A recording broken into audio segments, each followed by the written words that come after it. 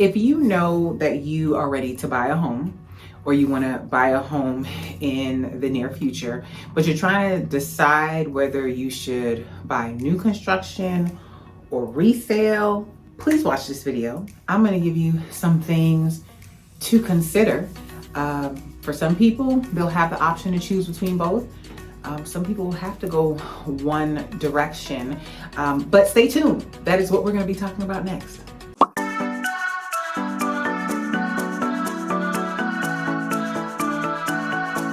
Hi, my name is Natasha Bazile with SoldByNet.com, associate broker, home selling and new construction specialist with Virtual Properties Realty. Today, I am recording this video. I did not plan on recording this video, but I find myself repeating the same things over and over and over. I'm a person, if I do something multiple times, it needs to be a system. And if I find myself saying things over and over again, I need to create a video so that I can refer people to. So I have some notes.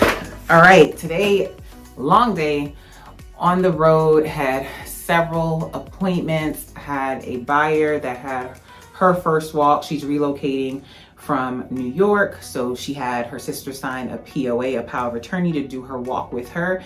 After that, straight to another appointment for some buyers that are relocating from California. And they had their design appointment. We did it virtually. So did that.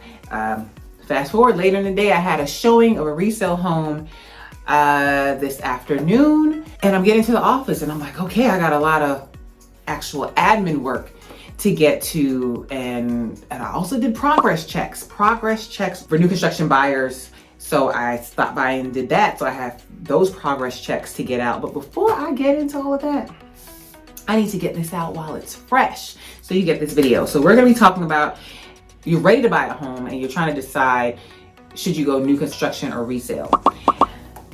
Most people know what side they want to go towards, but I'm gonna give you some things to consider, because for some people it's not gonna be, you don't really have an option, and I'll explain why. But when someone schedules with me on my Calendly, if you're interested in working with me, you schedule with me on my Calendly, the link is down below and it will be here. And one of the questions that I asked, are you interested in buying new construction or resale? And I have some people that check both, or they'll say new construction, but if it's resale, then I want it to be, you know, within the last 5 years, within the last 10 years or so. So then I have this conversation with them. I'm having this conversation with a lot of people, so you're getting it today in a video. So for those that don't know, resale means you are buying an existing home, all right? And new construction, you guys know it's new. All right. Like I said before, some people have the option of whether they buy new construction or resale. And why I say the option is because we're gonna go over four things. I'm gonna tell you those 4 things is budget, your preference, the area that you're looking in, and also your timeline. So taking all that into account will determine if you can go both ways or if you need to go one way. So let's start with budget. So if you're on the lower end, your budget is on the lower end, you're most likely gonna need to go resale, because new construction, the prices, the entry price for new construction is higher. So if I have somebody that's approved 300,000, and let's dive into this a little bit. If they're, let's just say in 300,000, they want to buy a single family home in Gwinnett County, new construction. 300,000 does not exist in this market right now. So I already know new construction is not going to work. So a question I'll ask is, are you interested in moving further out? Are you interested in looking for a townhome? Those are questions that we need to have. But a budget of 300,000 is not getting you into new construction in Gwinnett County, okay? The biggest thing that people need to understand with going resale, because it sounds like, oh, I just go resale. Watch this video that I did, 11 ways to get your offer accepted. Be ready to compete. Be ready to compete. If you are approved 300,000, you probably need to be looking into 250, 260, maybe stretch to 275, because you need room to offer over asking price, all right?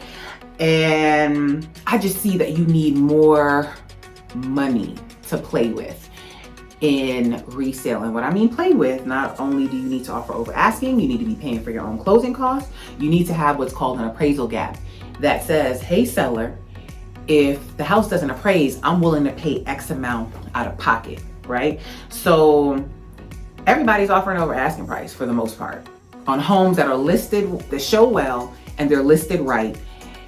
Those are the homes that are flying off the market, and you really have to put your best foot forward and compete.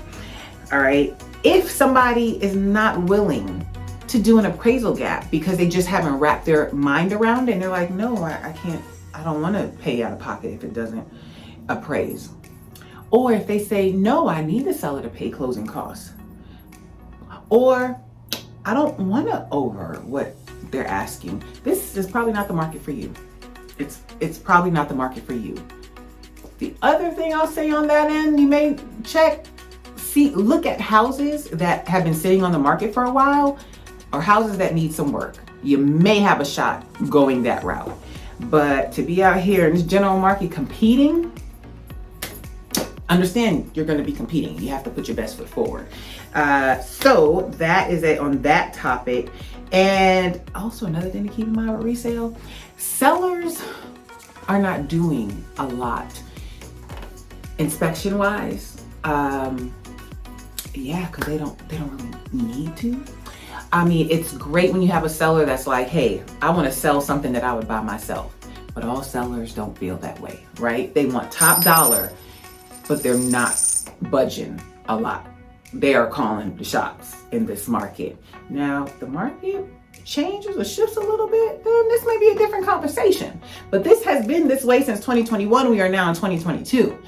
Nobody has a crystal ball to know exactly what's going to happen. And this is a big reason why the new construction market dried up last year. People were tired of this resale market and having to compete and do all of this, jumping through hoops and doing all of that. So they said, listen, we're going to go buy new construction, because new construction, you don't have to go through all of this. So new construction dried up, and then watch that video to hear about, what things were happening. Builders have pretty much gotten a handle on that, and you're not seeing that stuff as much well, you are seeing waiting lists with some. It depends. It depends on the builder. Some builders now are only offering spec homes, like they're releasing homes once the home has already been started. Some are allowing you to build from scratch, but some have waiting lists. Some release 5 homes at a time. It just depends on the builder and the community and how they're doing things. But the new construction market has, I feel like, gotten their footing again.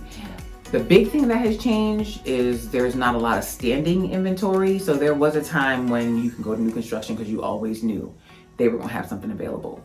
Not the case right now, because they have a list of people ready to buy those homes. There's more demand than there is supply. Number 2, the type of house or your preference. So some people prefer resale because they're like, it has more character.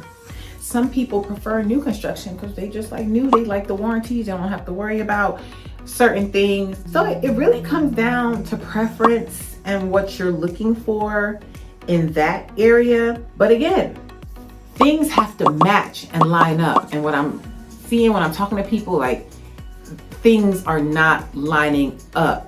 And what I mean by that is you might have a preference for new construction. Yeah, I want new construction, but your max is $350 and you want a single family house, 4+ bedrooms in Gwinnett County in the top rated school district. That does not match.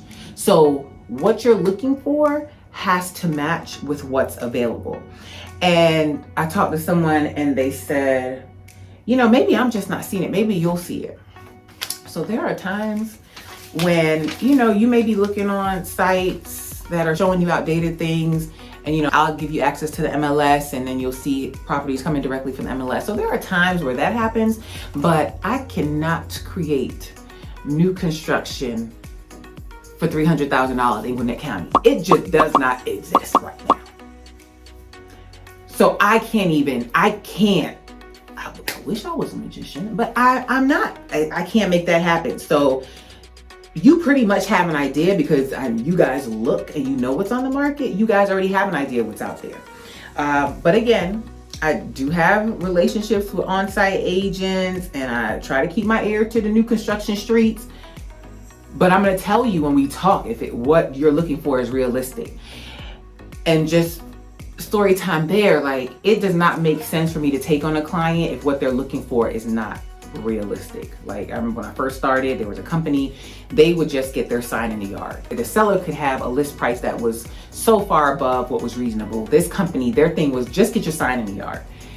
I'm not in the yard sign business. I'm not looking to get listings, to get sellers that I know I cannot sell their house. That does not make sense. So I'm not looking to take on buyers that what you're looking for, I'm not going to be able to meet. All right. Area. Let's go to area. So the area also comes into play that you're looking in. And I said it before when we talked about budget. Like, if you're not seeing what you're looking for, consider going further out, because the closer you get to the metro, the higher the prices are. So that's why people are willing to go out further. So it's going to be some compromise somewhere in here. You just have to decide what you're going to compromise on. And your two options really there, you're either going to adjust your price point, if you're able to adjust your price point and increase your price point, or you're going to adjust what you're looking for. So if you're looking for a single family home and maybe you want 5 bedrooms, maybe you might need to consider 4. If you really, really want something new and your budget is on the lower end, you might have to consider a townhouse. Or the other option is this may not be the time for you to buy. Just consider there's two sides. Like I said, nobody has a crystal ball. So you either decide to hold off on buying and hope you're hoping that the market goes backwards and prices go down and you'll be able to buy in. I don't know that that's the wisest plan. But if that's something that's a decision that you have to make and you have to feel good about.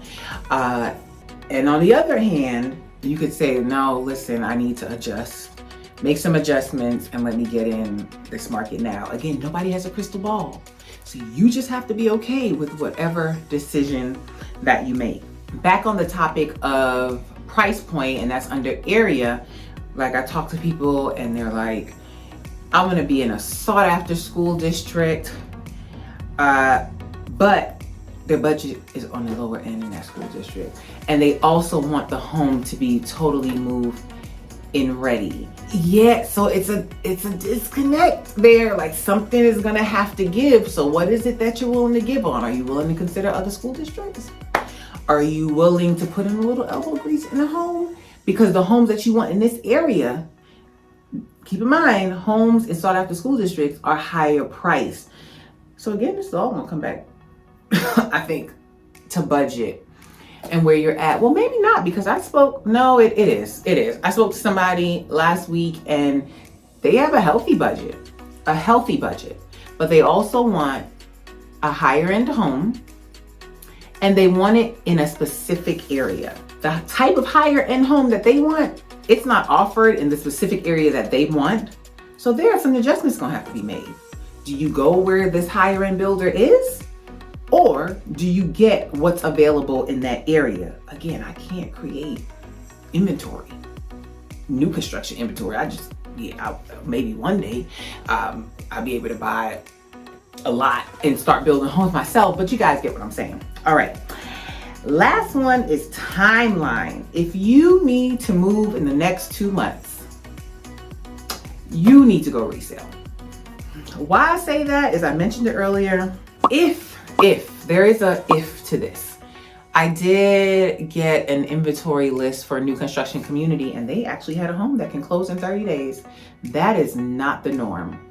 So maybe a buyer's financing fell through or something. So sometimes you can find gems like that with new construction, but if you're going new construction, I would tell you to start sooner rather than later. You would have greater chances of getting into a place within a short window of time if you go resale. Because once you find a home and put it under contract, most sellers want to close within 30, maybe 45 days max.